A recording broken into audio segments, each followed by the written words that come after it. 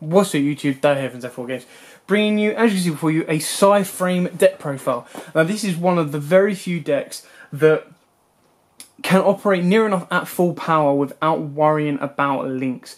Now the way that it does that is most of the cards you play in your extra deck are either leaving the field, like Omega. So Omega is one of the most broken extra deck monsters for the link format because he hits the board, does whatever he needs to do, then banishes while negging your opponent one card from hand, and then brings himself straight back to a main monster zone to let you continue playing.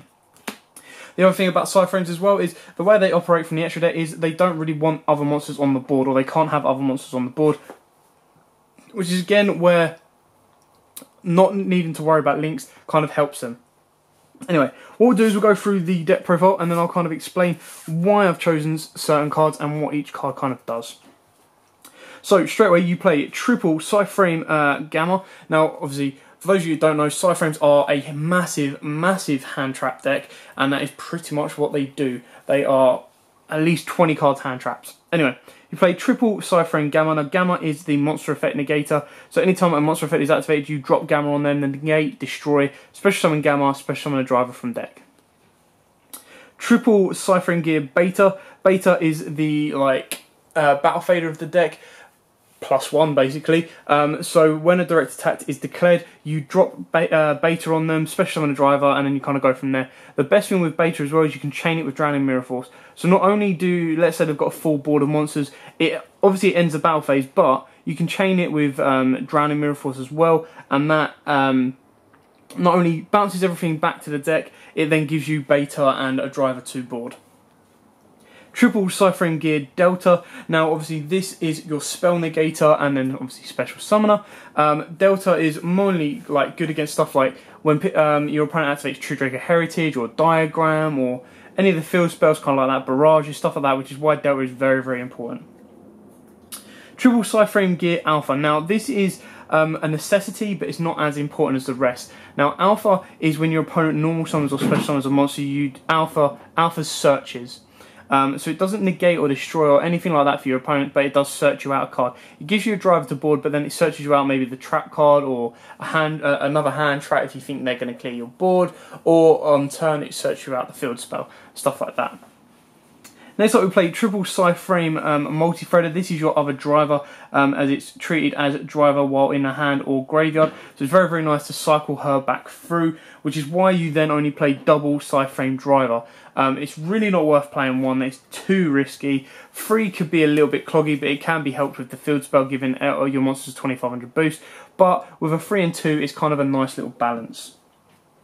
Wrapping up the monsters, you play triple Card D. Because you don't want monsters on the board and you're happy drawing, deck thinning and going through your deck, Card D is very important. You can easily play Maxi in this. The deck I've got here is a 40 card deck, and I'll explain why I haven't got Maxi. Personally for me, Maxi, I don't like it. I know why you play it and I know why we use it.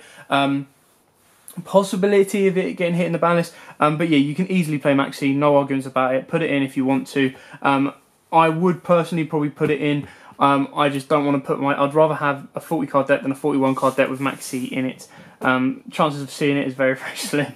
Anyway, going on to the spells, triple Psy-Frame Circuit. Now this is your most important card in the deck. Now this lets you synchro summon during your opponent's turn, which is awesome because you disrupt your opponent with stuff like Omegas and Zetas and stuff like that to interrupt them during their turn. And it just kind of helps you push a little bit further. It also gives you the ability to drop a Psy-Frame monster from your hand and give it to another Psy-Frame monster on the field as a boosted attack. So it's very cool. We play double Terraforming. Now the reason we don't play triple Terraforming, you can play triple Terraforming. Again, like I said, it's a 40 card deck, so I don't want to go over the max. But the reason we don't play triple Terraforming is because once you've got the field spell in play, it's not like many other like field spells where you can then replace it and search out another one and kind of extend your plays. Once you've got one, basically all you want to be doing with the rest of the stuff you draw into, or like your terraformings, is to deck thin to get another one. In case your opponent does pop it, then you can go, right, that's fine, I'll activate another one on top. But you know, you want to see it as early as possible. You've got enough cards to draw into it and search it out with Alpha and then the trap card when you banish it as well. So you've got the late game searches. If you play Twin Twisters, so when you side in your Twin Twisters, then easily bump up Terraformers because you've got easier discard fodder. The issue with obviously like Circuit is it's discard a Cypher monster, and the issue with the trap card is again it's specific Cypher monster. Next up, triple pot of dualities. You very rarely special summon during your turn. It'll be mainly more special summon during your turn when you play Epsilon, which is the trap one, because if your opponent activates like D barrier, you just go Epsilon and kind of neg that off. But that's more of a side event, so if you're going to be doing that, you'd probably take out your Epsilons for your pot of dualities if your opponent's bumping out their traps, and just kind of stuff like that. Then we play triple Psychic Field Zone. Again, this is very, very cool. This helps get you into your level 9 Synchro monster that we play. It's also very, very helpful for late game. Or, just if you've already got a monster on board and you want to go for game, you can activate this without having the restrictions of the Cypher monsters themselves, and kind of push from there. One Dark Hole, it could easily be a Regeki. Dark Hole sometimes actually helps you out. If you've got like a monster on board that you don't want on there anymore because you want to start unlocking your Cypher, you use Dark Hole and clear your board off. But like I said, 9 times out of 10 you're clearing off your board and reviving and going that way. And then finally, one Foolish Burial Goods. You can bump this up if you want, but that is mainly there to send Cypher Overload because it is your most busted track card in the entire deck. So, speaking of which, we play triple Cypher Overload. So, this card is awesome. You banish one Cypher monster from your hand or face up from your side of the field and then target one card on the field, banish it face down. During each player's turn, except the turn this card was sent to the graveyard, you can banish this card from the graveyard and add one Cypher card from your deck to your hand. So, let's say your opponent goes Battle Phase and you've got this in graveyard, you just go fine, banish, search out, beta, and then your opponent's not going to attack you. So it's very, very cool. Then we play triple Drowning Mirror Force. Drowning Mirror Force in this deck is absolute boss. It's one of the best decks to run this card. Incredibly, incredibly strong. The fact that you can end your board, clear your opponent's board of monsters, send them all back to deck, and then get a big beater on your board like Omega or Zeta is just insane. And then we finish it off with the one Cypher Accelerator. This I'm mainly testing out. I haven't had a full playthrough with this, so this could easily be your third Terraforming or your Maxi if you wanted to. But the best thing about Acceleration is you pay 500 life points, target one Cypher monster you control, banish it until your next standby phase, and then once per turn, if another face-up Cypher card you control leaves the field except during the damage step, you special summon one Cypher monster from your hand. So it kind of unclogs your hand. It also lets you extend your synchro plays a little bit more, and kind of push a little bit further that way. So yeah, that's it for the trap lineup and the spell lineup. Now onto the extra deck. Now, extra deck is kind of straightforward on this one. We play with our 7s. We've got triple Cypher Lord Zeta. This card is very, very cool. This banishes a special summon monster, and you kind of just circle that around. And then from the extra monster zone, when it banishes and comes back, it goes back to the main monster zone, which again is why Omega is so busted, because you can circle them around. Your other level 7s that we have is Yangzing Yazi, the Yangzing Evil of the Yangzing, or get it right eventually. This is just there if your opponent's got a troublesome card that you can't really deal with. You can go to Yazi, Yazi's effect, target itself, pop another one, you've cleared your board and you've popped your opponent's card. Other 7s I like to play is Ancient Pixie Dragon.